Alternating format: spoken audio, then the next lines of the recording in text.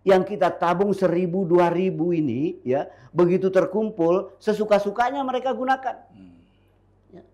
Untuk kepentingan mereka yang tidak ada kaitannya dengan kita, rakyat kebanyakan ini. Ya. Apa kaitannya dengan ini? Ini ngadakan misalnya family gathering dengan anggaran hampir 2 miliar misalnya. Untuk apa kegiatan-kegiatan sebesar itu? Ya. Padahal kalau duit 2 miliar yang dipergunakan oleh mereka pada hari ini, ya, dipinjamkan kepada UMKM, pedagang kecil kaki lima, itu lebih produktif. Kan ini bank syariah gitu ya. Lalu hampir ribuan pondok pesantren kita di NTB. Kira-kira berapa pondok pesantren yang buka rekening? Betul. Pondok pesantren kan tidak pernah terungkap itu. Betul. Jangan-jangan memang dia tidak mau menabung di situ gitu. Di bank syariah, walaupun dia itu pendidikan agama. Karena ada kekhawatiran juga. NTB ini dipimpin oleh yang punya visi kerakyatan, berpihak kepada kepentingan rakyat kebanyakan.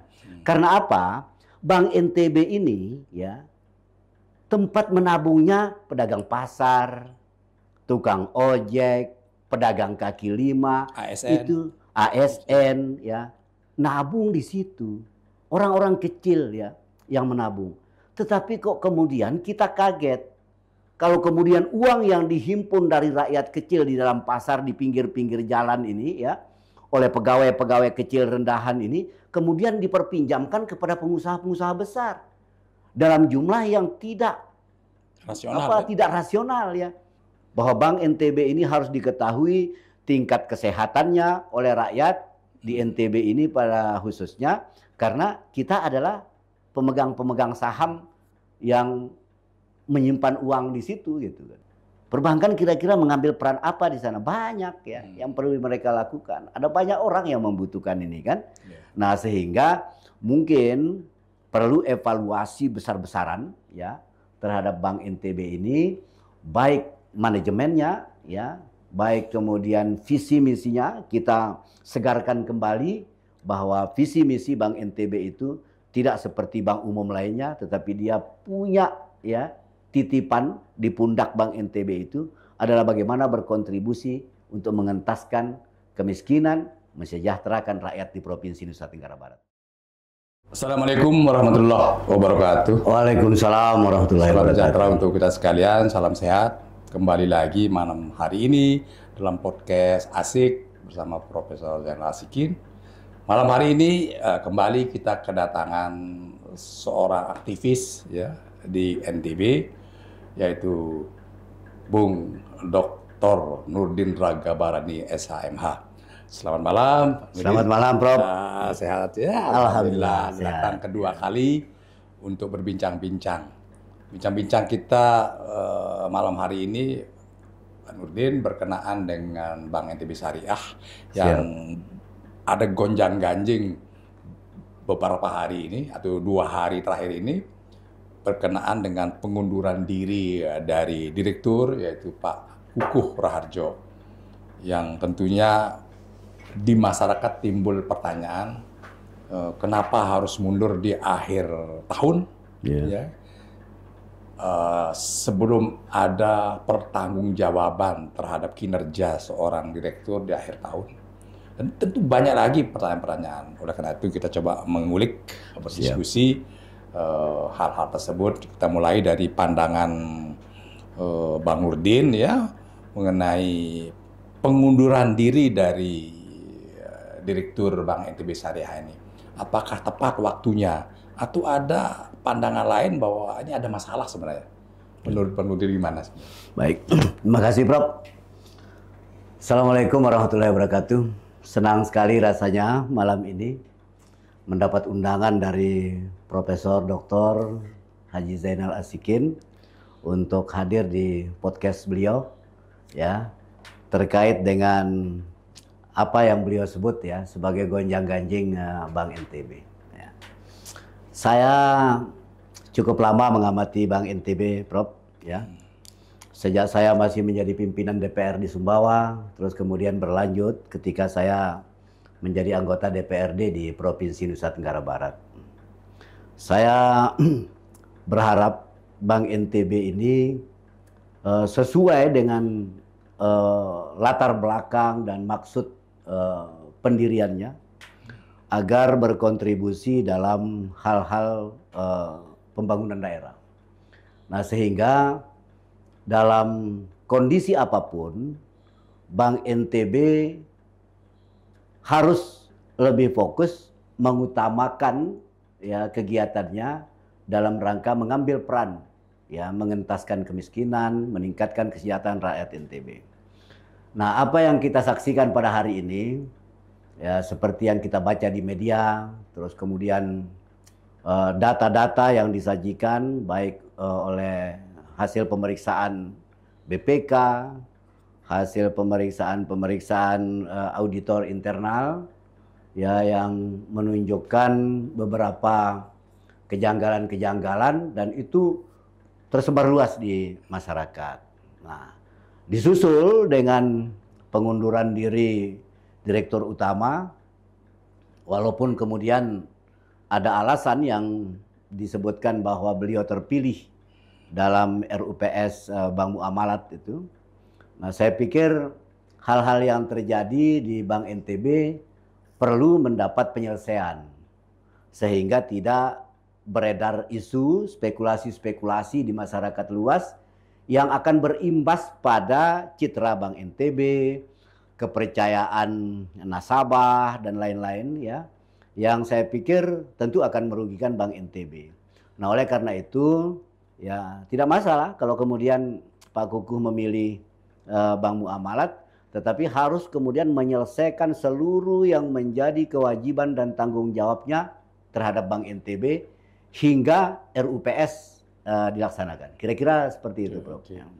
Jadi secara prosedural sebenarnya menurut Bang Nurdin belum memenuhi syarat-syarat legalitas untuk atau legal standing untuk mengajukan pengunduran diri kan. Selesaikan dulu kewajiban-kewajiban beliau di sini. Memang ada anggaran dasar Bank NTB itu harus dijadikan acuan sebenarnya. Bahwa kalau mau mundur itu kan paling tidak 30 hari.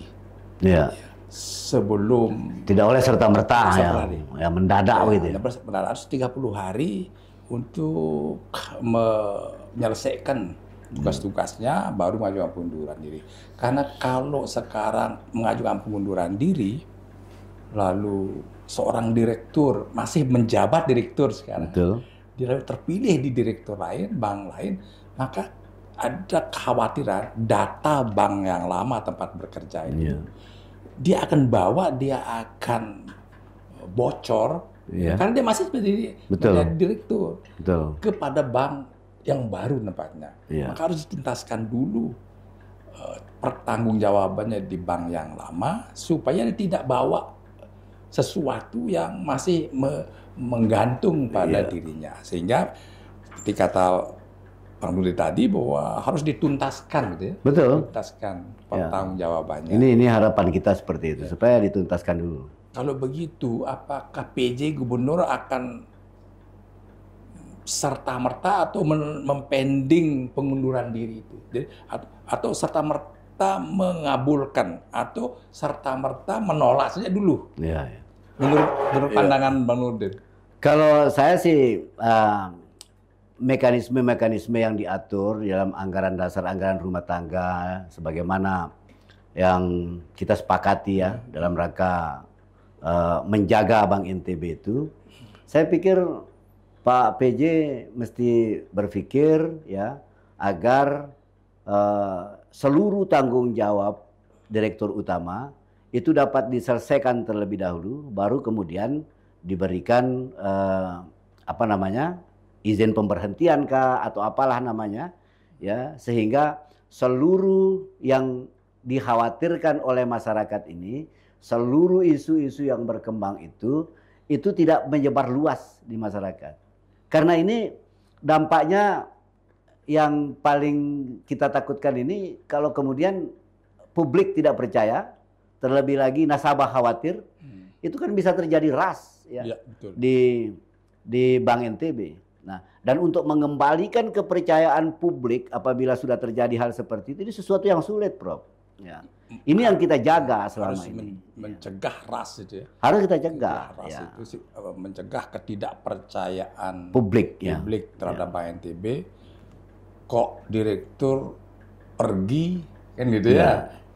Sebelum pertanggungjawabannya dibuat Betul. dan diterima oleh RUPS ya. Sebab kalau ditolak kan bermasalah berarti itu. Karena ini bukan begini nih. Pemegang saham ya, pemegang saham pengendali Bank NTB ini tidak hanya pemerintah Provinsi Nusa Tenggara Barat. Tetapi ada 10 kabupaten kota yang juga punya saham di situ. Ditambah lagi dengan Bank Jatim ya. Jadi ada 12 ya. 10 kabupaten kota, 1 provinsi, terus kemudian Bank Jatim. Nah, gubernur selaku pemegang saham pengendali, ya, selaku pemilik bank, salah satu pemilik bank, itu harus juga mengajak pemilik-pemilik bank yang lain, dalam hal ini kabupaten kota, untuk membicarakan pengunduran diri ini. Ya. Tidak bisa diambil kesimpulan sendiri, Prof. Ya. Ini ada 12 pemegang saham pengendali di situ. Nah, yang semuanya harus didengar. Ya. Menurut Bang Nurdin begini, kan Bang Nurdin lama jadi anggota DPR provinsi kan itu. Siap. Tahu betul tentang Bank NTB ini kan itu. Ya. Gimana kondisinya ketika dulu Bang Nurdin masih menjadi DPRD provinsi melihat Bank NTB itu dulu atau sampai sekarang? Ya, saya seperti yang saya katakan di awal tadi bahwa saya termasuk orang yang punya kepedulian ya terhadap bank daerah ini, sehingga karena dorongan kepedulian itu saya mengikuti dengan cermat perkembangan Bank NTB dari tahun ke tahun. Ya, terakhir misalnya pada 2018 itu kita pernah mengundang Bank NTB.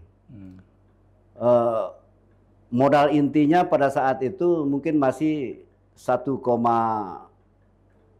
atau 1,5 triliun ya pada waktu itu. Terus kemudian asetnya itu sekitar 7 lebih, hampir 8 triliun ya. Nah, sekarang berkembang menjadi kalau tidak salah antara 14 sampai 15 triliun sekarang aset itu. Nah, saya sebagai orang yang ikut ya memahami bagaimana latar belakang pendirian Bank NTB, kemudian coba mencermati ya. Ketika kekayaan Bank NTB itu sekitar 7 sampai 8 triliun, itu keuntungannya cuma 200 miliar. Ya. Kemudian pada 2023 kalau tidak salah ya, itu berkembang 2 kali lipat menurut laporan ini. Menjadi 14 sampai 15 triliun. Tetapi keuntungannya juga tetap 200 triliun, 200 miliar gitu kan.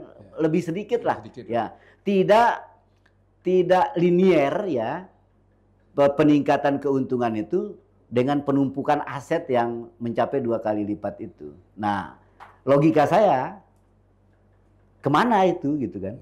Ya, kemana keuntungan-keuntungan itu? Yang harusnya bisa 400. Ya bisa 400 M. Mestinya kalau Ya, melihat kalau dari 2018 begitu kan, Prof. Jadi ada pertanyaan kita ada apa? Ada apa itu? Kan? Apakah memang keuntungan itu yang bocor Ya. atau keuntungan itu dipergunakan ke tempat lain yang tidak efisien? Kan pertanyaan masyarakat seperti itu. Banyak ini, Prof. Ya. Pertanyaan-pertanyaan orang kalau kemudian tidak mendapat klarifikasi itu menjadi liar. Kenapa liarnya? Kenapa? Betul nggak data ini? Jangan-jangan data yang disajikan ini fiktif gitu kan? Misalnya kan, karena tidak signifikan antara peningkatan kekayaan, aset dan lain sebagainya dengan keuntungan yang diperoleh gitu kan? Nah, kalau data itu benar, maka mestinya ini linier peningkatannya ini, ya. Tidak hanya pada angka konstan 200 miliar itu. Ini berapa tahun ini berjalan ini? 2018, 2019, 2020, 21, 23, 24. 6 tahun ya. 6 tahun. Peningkatannya tidak signifikan. Nah, itu dari pembacaan kasar kita gitu kan. Ya, memang pertanyaan dari masyarakat itu sangat kritis ya. Bacaan masyarakat bahwa kalau memang kita butuh modal inti minimum kan ya 3 triliun 3 itu triliun ya. Ngapain kita kerjasama dengan Bank Jatim? betul. Kita hanya butuh sekitar 1,5 triliun. 1,5 triliun ya. Kenapa nggak jual aja aset sedikit? Betul. Sedikit aset itu. Dari 15 triliun aset itu jual 2 triliun belum tergeser itu. Ya. Sudah memenuhi syarat. Memenuhi ya. Tapi kenapa nggak dilakukan? Memenuhi modal inti ya. Jadi sehingga jangan-jangan juga ini aset ini fiktif. Ya. Ya ini bisa jadi. sehingga ini sederhana pikiran masyarakat. Ya, sederhana ya. begini. Kita punya aset sekarang ini 15 triliun kan. Sementara kita kekurangan modal inti minimum 1,5 triliun lah. Karena kita baru punya 1,6 triliun. Kenapa kita harus cari modal investor baru misalnya. Ya, jual aja aset nih. Ini pikiran sederhana masyarakat. Betul. Ya samalah sederhana dengan kita. Ngapain saya berutang? Kalau saya punya aset, ya. Daripada misalnya sekarang saya berutang, dengan berhutang saya akan berbagi keuntungan, saya akan berbagi manajemen, ya. Saya akan berbagi soal pengambilan keputusan dan lain-lain sebagainya. Saya jual aja aset saya. Logis pandangan masyarakat ya. Kita kan sederhana saja ini ya. Kita kan ini bukan orang perbankan, tetapi paling tidak kita bisa sederhanakan pikiran-pikiran yang seperti itu. Baik. Jadi begitu sederhananya sebenarnya pembenahan Bank NTB Syariah ini menurut pandangan masyarakat, pandangan kita yang belajar hukum ya. Tapi mungkin lain pandangan dan para ahli ekonomi kan. Yeah. Tapi pembenahan ini memang perlu dilakukan secara transparan kan. Betul. Pembenahan secara transparan. Nah, ke depan ini kan figur ataupun sosok seperti apa sih yang kita butuhkan ya untuk mengelola Bank NTB Syariah ini, baik dari perspektif jajaran direksi maupun komisaris ya. Apakah memang sudah saatnya dilakukan revolusi perombakan terhadap jajaran direksi dan komisaris? Menurut Bang Nurdin gimana? Kalau saya begini, Prof ya. Dari kemarin itu ya ketika saya masih di DPR, saya mengusulkan agar orang-orang ya yang mengelola Bank NTB ini punya visi kerakyatan. Ya. Visi kerajaan ya. Visi kerakyatan ini penting agar nyambung dengan hajat dari pembentukan Bank NTB 61 tahun yang lalu itu ya. Bahwa Bank NTB ini dihajatkan untuk membiayai pembangunan-pembangunan di daerah ya. Yang dalam tanda kutip ya bermanfaat bagi rakyat kecil ya. Kemudian bisa memberikan dampak ekonomi, terus kemudian bisa mengangkat kesejahteraan rakyat kita, kan ini hajatnya. Sehingga saya berharap ya Bank NTB ini dipimpin oleh yang punya visi kerakyatan, berpihak kepada kepentingan rakyat kebanyakan. Karena apa? Bank NTB ini ya tempat menabungnya pedagang pasar, tukang ojek, pedagang kaki lima, ASN ya. Nabung di situ. Orang-orang kecil ya yang menabung. Tetapi kok kemudian kita kaget. Kalau kemudian uang yang dihimpun dari rakyat kecil di dalam pasar di pinggir-pinggir jalan ini ya. Oleh pegawai-pegawai kecil rendahan ini. Kemudian diperpinjamkan kepada pengusaha-pengusaha besar. Dalam jumlah yang tidak rasional ya. Bayangkan kalau kemudian satu nasabah besar Bank NTB saja bisa meminjam sampai 285 miliar. Ya. Berapa UMKM itu, Prof, yang bisa dihidupi? Berapa industri rumah tangga, industri kecil, pedagang kaki lima, ya, pedagang pinggir jalan, tenda-tenda itu, yang bisa dihidupi dengan uang 285 miliar. Ini kan sesuatu pengkhianatan kalau menurut saya, ya. Dari hajat pembentukan pembangunan Bank NTB ini, apabila kemudian lebih banyak diperpinjamkan ya modal ini untuk kepentingan pengusaha besar. bukan terhadap pengusaha pedagang kaki lima, pedagang pasar dan lain sebagainya. Nah, ini yang saya bilang, ini pengkhianatan besar terhadap visi misi Bank NTB apabila hal ini terjadi gitu, Bro. Belum lagi kita bicara tentang jaminan tentang keamanan kredit yang sekian besar itu. Betul. Aman enggak kita memberikan? Jadi kan seperti ini kemarin itu ya, logikanya. Bahwa rakyat kecil tidak punya kolateral, ya, tidak punya badan usaha. Makanya ketika saya di DPR itu, kami membuat perda tentang jam krida, ya, untuk menjamin pedagang kaki lima, pedagang pasar, ya, terus kemudian pedagang pinggir jalan bahwa tidak perlu kolateral, cukup mereka dijamin oleh jam krida. Mereka bisa minjam tanpa jaminan ke Bank NTB misalnya seperti itu. Atau ke BPR dan lain sebagainya. Nah, tetapi kemudian ini juga melenceng. Jam krida menjamin pengusaha-pengusaha besar. Karena peminjamnya adalah pengusaha-pengusaha besar gitu. Nah, ini yang keliru ya.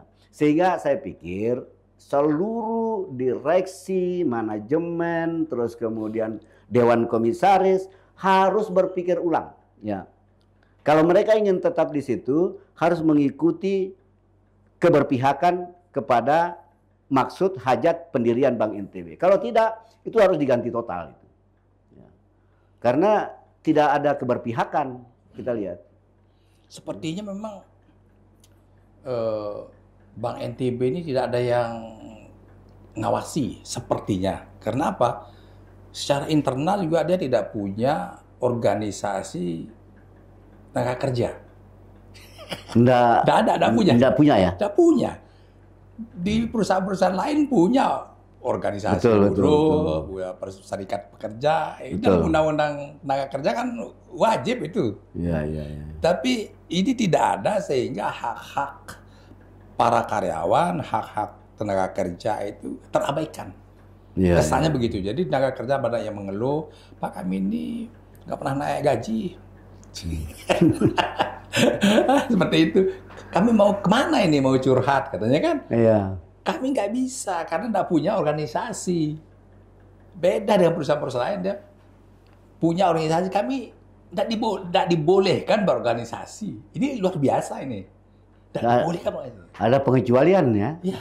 Nggak kok sebuah perusahaan ya, yang bentuknya PT, iya, betul, harusnya punya organisasi tenaga kerja. Nggak ada organisasinya sehingga mereka seolah-olah dibekukan untuk hak berbicaranya. Iya. Yang apa yang terjadi kesannya itu ini memang dibungkam, sehingga tidak boleh bersuara. Iya. Nah, maka menurut pandangan Bang Nurdin ini sebenarnya perlu dihidupkan ini. Ya, mestinya kan semua mengacu kepada undang-undang PT lah ya, kan.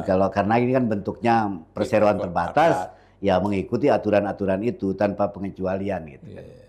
Nah, terkait dengan persoalan-persoalan seperti ini, tidak mungkin lah ya ada sebuah organisasi ya, apalagi ini milik ya rakyat ya. Tidak privat ini kan, ya ini milik rakyat sehingga seluruhnya sebenarnya dikelola dengan kondisi terbuka ya, baik persoalan-persoalan teknis perbankannya maupun organisasinya ini mesti dibuka secara transparan, ya, sehingga pelibatan masyarakat dalam hal ini mungkin melalui pintu DPR, pintu bupati, wali kota yang ada itu tetap bisa terkontrol. Nah, pertanyaan saya yang sangat esensi ini, apakah DPR provinsi tahu ya tentang kondisi Bank NTB ini? Buat kerjanya nggak punya organisasi, kan itu ya? Ya. Terus kredit itu banyakan diberikan kepada pengusaha besar. Ya. Kan DPRD harusnya manggil. Betul. Kan sebagai bentuk pengawasan, karena betul. ini kan badan usaha milik daerah. Di mana DPRD bisa turut serta mengawasi perusahaan-perusahaan daerah. Nah, tapi yang saya lihat, tapi mudah-mudahan Bang Nurdin tidak salah juga ya, bahwa, Iya. bahwa kok nggak pernah ada sikap DPRD, baik di koran saya baca, Iya. atau tidak pernah ada tindakan konkret untuk mengundang. Begini Prof ya. Ketika saya masih di DPR, kita sering kok memanggil Bank NTB ya. Ya, dan itu biasanya hadir pada saat kita akan melakukan penambahan penyertaan modal, misalnya seperti itu. Kita mengundang Bank NTB, kita bicara bagaimana kecukupan modal dan lain sebagainya. Ya, saya selalu hadir pada waktu itu. Bahkan untuk beberapa persoalan saya menjadi pimpinan pansus dari kegiatan-kegiatan seperti itu. Walaupun pada saat ini saya tidak begitu update ya. Tetapi kita selalu mempertanyakan itu. Saya kadang-kadang meminta data ya, berapa dana yang kemudian beredar di masyarakat luas ya, yang dalam bentuk kredit, berapa UMKM, berapa pengusaha menengah, berapa pengusaha besar dan lain sebagainya. Pengusaha besarnya sekarang kadang beberapa orang, Prof, ya, pengusaha besarnya. Tetapi mereka kecil jumlahnya, 2-3 orang, tetapi mengalahkan jumlah yang tersalurkan terhadap ribuan orang ini. Ya. Ini yang timpang ini kan.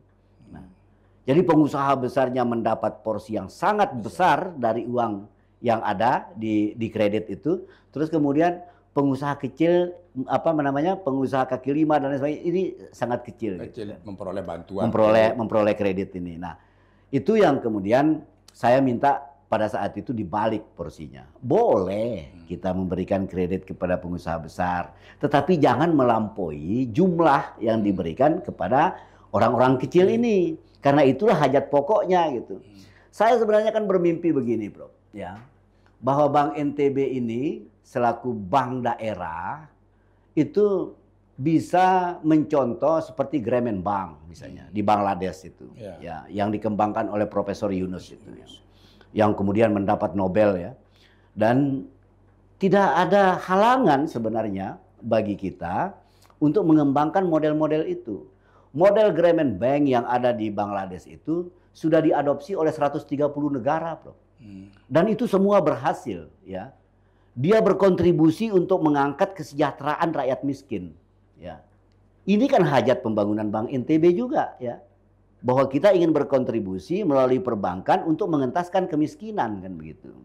Nah, sehingga model Grameen Bank itu mestinya sangat cocok untuk diterapkan kepada bank-bank di daerah, termasuk Bank NTB kita ini, kan, supaya kita ini tidak terhambat, ya, soal kolateral, soal keharusan untuk memiliki badan usaha berbentuk badan hukum dan lain sebagainya, ya. Karena kita juga sudah punya jam kerida yang akan menjamin apabila terjadi kemacetan-kemacetan seperti itu ditanggulangi oleh jam kerida. Ada uang daerah yang kita titip di jam kerida itu. Pada awal pembentukannya dulu, saya pimpinan pansusnya, kita titip uang di situ, ya. 15 miliar uang pemerintah provinsi, terus kemudian ditambah dengan kabupaten kota dan lain sebagainya, sehingga memenuhi syarat pendirian pada waktu itu sekitar 50 miliar. Nah, kita ingin supaya model kerja bank ini, orientasi, profitnya segala macam itu tidak terlalu memperberat rakyat kita, ya. Bank ini kok kemudian tumbuh besar, ya, dengan menumpuk kekayaan sampai dengan 15 triliun, tetapi kemudian menjerat orang-orang yang menjadi nasabahnya, ya. Bunga Bank NTB tidak kalah berat dibanding dengan bunga bank umum lainnya, kan. Apalagi ini dikatakan syariah gitu kan. Nah, ini yang saya pikir perlu ada perubahan-perubahan, ya, yang mendasar terhadap apa sih, ya, tujuan kita membangun Bank NTB ini, ya. Untuk siapa sih Bank NTB ini kita bangun, ya? Untuk rakyat kita yang kebanyakan atau untuk pengusaha-pengusaha besar? Kan ini yang perlu kita balik lagi pemikirannya ini. Bank ini tidak perlu, ya, punya apa namanya, keuntungan yang berlipat-lipat yang besar itu. Saya setuju Bank NTB itu tidak mendapat keuntungan misalnya, tetapi dia mampu mensejahterakan, mengentaskan kemiskinan rakyat NTB. Disitulah keuntungannya Bank NTB, bukan pada laporan akhir tahun bahwa mereka mendapat laba sekian triliun, sekian ratus miliar, nggak perlu. Tetapi dia berkontribusi untuk mengentaskan kemiskinan rakyat di daerah kita. Itulah keuntungan kita. Ya. Bukan dalam bentuk duit, tetapi dalam bentuk value dan kesejahteraan dari masyarakat kita. Kira-kira begitu mimpi kita ini, Prof. Kalau saya kan kacamata akademisi gitu, bahwa tren dana yang ada di Bank NTB itu ya, berupa simpanan, berupa transfer, itu pada bulan-bulan mulai meningkat itu kan, bulan-bulan Februari naik gitu jumlah uang Bank NTB itu, karena itu memang bersumber dari proyek negara, transfer pusat ke daerah. Betul. Juga ada. Nah, terus dia naik tuh karena kas daerah kita di situ. Begitu di akhir Desember udah setengahnya hilang itu, karena udah dipakai. Dipakai proyek, sehingga sedikit. Bahkan dibutuhkan kreativitas pimpinan bank itu untuk mencari sumber-sumber tabungan, sumber-sumber keuangan bank. Ya, saya lihat itu itu yang minim kreasi dari Bank NTB ini untuk mencari sumber-sumber pendapatan. Sehingga dia tidak kosong atau dia menurun uang pada akhir Desember. Betul. Karena udah dipakai semua ini. Habis dia. Sudah tersalurkan semua. Ya. Nanti nunggunya balik lagi gitu kan. Begitu sirkulasi seperti itu aja. Ya itu dimanjakan ya oleh bank rata-rata bank daerah itu ya, termasuk Bank NTB ini kan dimanjakan oleh nasabahnya, Prof. Ya. Yang minjam di situ misalnya ASN, DPR gitu, yang potong gaji.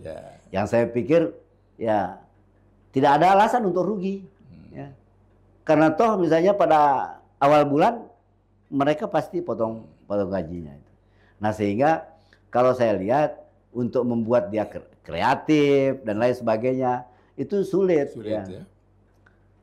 Kalau kemudian dia dapat tantangan dan lain sebagainya seperti bank-bank umum yang berkontestasi ya sesama bank umumnya, itu biasanya lebih kreatif. Nah, kita ini bank daerah kita, kas daerahnya di situ, terus kemudian ASN-nya di situ ya. Dan orang-orang yang mendapat penghasilan dari daerah punya rekening di situ, ya akhirnya mereka tidak kreatif itu. Bahkan kalau misalnya kita bisa mendidik Bank NTB ini, coba misalnya daerah kita atau kabupaten kota, cabut duitnya dari situ, ya, tidak pasang kas daerahnya di Bank NTB misalnya, itu kolab, Pak. Ya. Misalnya sekarang pemerintah provinsi NTB itu memindahkan rekening kas daerahnya ke bank lain, itu berapa triliun yang akan keluar. Demikian juga kabupaten kota. Nah, inilah yang saya maksudkan agar Bank NTB ini transparan. Karena ini milik publik, ya. Oke lah gubernur, bupati, wali kota yang mewakili kita, tetapi sesungguhnya itu duit kita semua, duit rakyat NTB. Ya, sehingga tidak boleh ada informasi tertutup, apalagi kemudian yang disumbat, dihalang-halangi dan lain sebagainya. Ini harus terbuka, transparan betul. Ya. Bahwa Bank NTB ini harus diketahui tingkat kesehatannya oleh rakyat di NTB ini pada khususnya. Karena kita adalah pemegang-pemegang saham yang menyimpan uang di situ gitu kan. Ya, pajak kita, retribusi kita. Iya, saya kadang-kadang tergelitik gitu. Kan ini bank syariah gitu. Ya. Lalu hampir ribuan pondok pesantren kita Siap. di NTB. Kira-kira berapa pondok pesantren yang buka rekening? Betul. Pondok pesantren kan tidak pernah terungkap itu. Betul. Jangan-jangan dia enggak mau menabung di situ gitu. di bank syariah, walaupun dia itu pendidikan agama. Karena ada kekhawatiran juga. Karena dinilai tidak profesional. Lebih baik dia nabung di Bank Mandiri, Bank BNI, dia lebih aman gitu. Sehingga ini yang harus dibuka sebenarnya. Data tentang berapa jumlah pondok pesantren di NTB ini yang punya rekening di bank NTB. Jangan-jangan hanya 5%. Hanya segelintir. Ya. Lebih banyak mereka merasa aman uangnya disimpan pada bank-bank negara. Bank-bank lain gitu. Bank-bank lain yang safe ya, dianggap. Nah, itu yang selalu saya itu menggelitik. Ini gimana ya? Karena nggak pernah diungkap itu. Betul. Kalau kita di UNRAM kan transparan itu. Misalnya, Fakultas Hukum buka rekening untuk bank ini, pertanian bank ini. Jadi kita tahu, karena memang transparan. Karena ini kan kita nggak tahu, sehingga betapa ketergantungan Bank NTB ini kepada ASN. Provinsi kepada ASN kabupaten kota kan gitu, yang kalau terjadi ketidakpercayaan gubernur itu misalnya kan, ataupun kepala daerah kabupaten itu seperti Bang Nurdin mengatakan kita alihkan saja, betul kan bahaya itu, bahaya. Jadi kan begini Prof ya, mengelola bank ini kan butuh namanya komitmen, butuh kepercayaan besar ya, butuh trust ya publik gitu kan. Karena kalau tidak itu berbahaya bagi bank. Nah, sehingga isu-isu yang beredar di luar itu mestinya mendapat klarifikasi yang seterang-terangnya ya. Sehingga tidak menimbulkan spekulasi-spekulasi di tengah masyarakat kita. Karena kalau tidak, ini berbahaya bagi perjalanan bank itu ke depan gitu loh. Nah, seperti misalnya yang kita dengar, oh ada uang yang keluar ke sini, ada uang yang keluar di sini, ada pembangunan, ada pembelian fiktif dan lain sebagainya. Ada pembangunan di akhir masa jabatan di seluruh kabupaten kota misalnya, yang menyerap anggaran yang demikian besar. Ada bantuan untuk kegiatan-kegiatan yang tidak mendapat jaminan sesuai dengan syarat-syarat perbankan, ada MXGP, ada segala macam. Ini kan sesuatu yang kemudian rakyat bertanya, loh kok uang saya dimain-mainin ini sama orang-orang ini? Ya, memang ini uangnya nenek moyang mereka, ya kan? Ini yang bertanya masyarakat ini, Prof, gitu kan? Kok uang kita yang kita tabung 1.000, 2.000 ini, ya begitu terkumpul sesuka-sukanya mereka gunakan. Untuk kepentingan mereka yang tidak ada kaitannya dengan kita, rakyat kebanyakan ini. Ya. Apa kaitannya dengan ini? Ini ngadakan misalnya family gathering dengan anggaran hampir 2 miliar misalnya. Untuk apa kegiatan-kegiatan sebesar itu? Ya. Padahal kalau duit 2 miliar yang dipergunakan oleh mereka pada hari ini, ya dipinjamkan kepada UMKM, pedagang kecil kaki lima, itu lebih produktif. Ya. Ini kan sesuatu yang kita lihat penghambur-hamburan. Ini kan foya-foya ini kan. Ya. Kenapa misalnya mereka tidak bisa berhemat misalnya? Oke lah, mau mengadakan family gathering. Jangan terlalu banyak dong misalnya anggaran yang dikuras ke arah itu.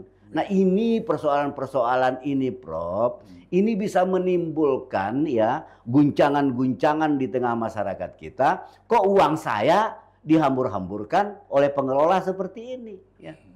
Sudah dapat gaji besar misalnya, dapat mereka pesangon besar. Saya pernah kritik dulu Prof. Ya.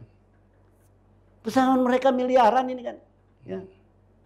Kalau direktur utama berhenti itu, kalau tidak salah itu sekitar 6 miliar kalau tidak salah itu. Ya. Dapat itu. Belum lagi direktur-direktur yang lain di bawahnya itu. Nah kan ini sesuatu yang saya pikir oke lah secara aturan ya. Itu diperbolehkan, dimungkinkan misalnya. Tapi jangan dong misalnya sebesar itu dalam kondisi ekonomi masyarakat kebanyakan kita dalam kondisi terpuruk seperti ini. Ya. Ini kan sesuatu yang terbalik. Rakyat disuruh mengencangkan ikat pinggang, ya, mereka kemudian menghambur-hamburkan itu kan. Kan ini, Prof. Baik, terakhir mungkin diskusi kita dengan pemimpin baru nanti yang akan dilantik Februari. Apa pesan-pesan dari Bang Nurdin terhadap perbaikan Bank NTB ini? Dari perspektif kita curhat ke gubernur gitu, terpilih. Bank NTB ini kan sudah 61 tahun ya. Sejak didirikan tahun 63, terus kemudian beroperasi 60 tahun yang lalu. Sejak tahun 64 ya. Coba kita evaluasi kembali ya, seberapa besar kontribusi Bank NTB ini dalam rangka mengentaskan kemiskinan rakyat kita di daerah ini. Itu yang pertama. Karena hajat pendiriannya itu adalah berkontribusi ya dalam rangka pengentasan kemiskinan. Ya. Siapa yang dientaskan? Tentulah golongan-golongan rentan di bawah itu gitu kan. Bukan mengentaskan mereka yang sudah gendut ini kan. Nah jadi itu yang pertama mesti dievaluasi sehingga dalam rangka memilih manajemen ke depan ini mereka perlu fit and proper test ya. Yang kira-kira punya visi kerakyatan, punya visi keberpihakan ya. Jangan kemudian misalnya datang, oke lah misalnya dia tumbuh dari bank-bank nasional yang besar, yang hebat itu. Boleh saja ya. Tetapi dia harus menyesuaikan diri ketika masuk ke Bank NTB, dia harus menyesuaikan diri bahwa dia punya visi dan misi yang berbeda dibanding bank umum. Sesuaikanlah visi misi itu ya. Saya pernah bilang kepada pemerintah sebelumnya ya, bahkan kepada gubernur terpilih, saya minta ya supaya persoalan pengentasan kemiskinan ini dibagi habis ya kepada seluruh stakeholder pemerintahan provinsi yang ada, baik itu OPD termasuk di dalamnya perbankan ya. Perbankan kira-kira mengambil peran apa di sana? Banyak ya yang perlu mereka lakukan. Ada banyak orang yang membutuhkan ini kan. Nah sehingga mungkin perlu evaluasi besar-besaran ya terhadap Bank NTB ini, baik manajemennya ya, baik kemudian visi misinya kita segarkan kembali bahwa visi misi Bank NTB itu tidak seperti bank umum lainnya, tetapi dia punya ya titipan di pundak Bank NTB itu adalah bagaimana berkontribusi untuk mengentaskan kemiskinan, mensejahterakan rakyat di Provinsi Nusa Tenggara Barat. Baik, jadi kembali ya bahwa hakikatnya kan gitu, hakikat pendirian Bank NTB ini ada dalam rangka membantu mengentaskan kemiskinan. Betul. Jadi maka prioritas pertamanya memberikan bantuan kredit kepada pengusaha-pengusaha ekonomi lemah, ekonomi kecil. Nah, ini perlu dievaluasi ke depan sehingga betul-betul dirasakan manfaatnya oleh para pengusaha kecil. Dengan tidak menafikan memang ya perlu diberi bantuan kepada pengusaha besar, tapi pengusaha besar yang memang kita jamin jangan terlalu besar, Prof. Kredibilitasnya. Masa 285 miliar untuk satu orang gitu kan? Baik. Dan kalau ada kredit yang sebesar itu, saya tidak yakin kalau tanpa personal garansi ya. Siapa yang memberikan garansi kepada pengusaha itu sehingga bisa mencairkan anggaran kredit sebesar itu? Nah ini kan pertanyaan-pertanyaan yang menggelitik di tengah masyarakat kita yang nanti mengarah kepada ketidakpercayaan gitu. Baik, demikian ya bincang-bincang kita malam hari ini. Saya anggap bincang-bincang sesi pertama di bidang perbankan syariah Bank NTB ini, karena kita akan terus mengulik dari para pakar tentang bank syariah ini dari perspektif sampai tuntas. Jadi kita akan undang orang-orang yang punya kapabilitas, punya keberanian untuk bicara memperbaiki bank syariah NTB ini, Bank NTB Syariah. Karena banyak orang pintar tapi tidak berani ngomong. Di NTB ini banyak orang pintar tidak berani ngomong. Jadi hanya segelintir orang yang berani ngomong di NTB ini. Ya. Ini kita undang ya orang-orang yang berani ngomong. Jangan hanya ngomong soal Agus Buntung saja lah. Bicara yang lebih fundamental kita ini. Jangan soal pelecehan-pelecehan tuh sampai TV One, sampai Deddy Corbuzier. Ngomong soal perbaikan ekonomi kerakyatan ini yang penting. Berani kita mengambil langkah-langkah yang produktif. Demikianlah teman-teman, Bapak sekalian yang mengikuti terus podcast dari Ngobrol Asik, Channel Asikin. Semoga kita bisa memetik manfaat dari obrolan kita. Lebih kurang, saya mohon maaf. Billahi taufiq wal hidayah. Assalamualaikum warahmatullahi wabarakatuh. Waalaikumsalam warahmatullahi wabarakatuh.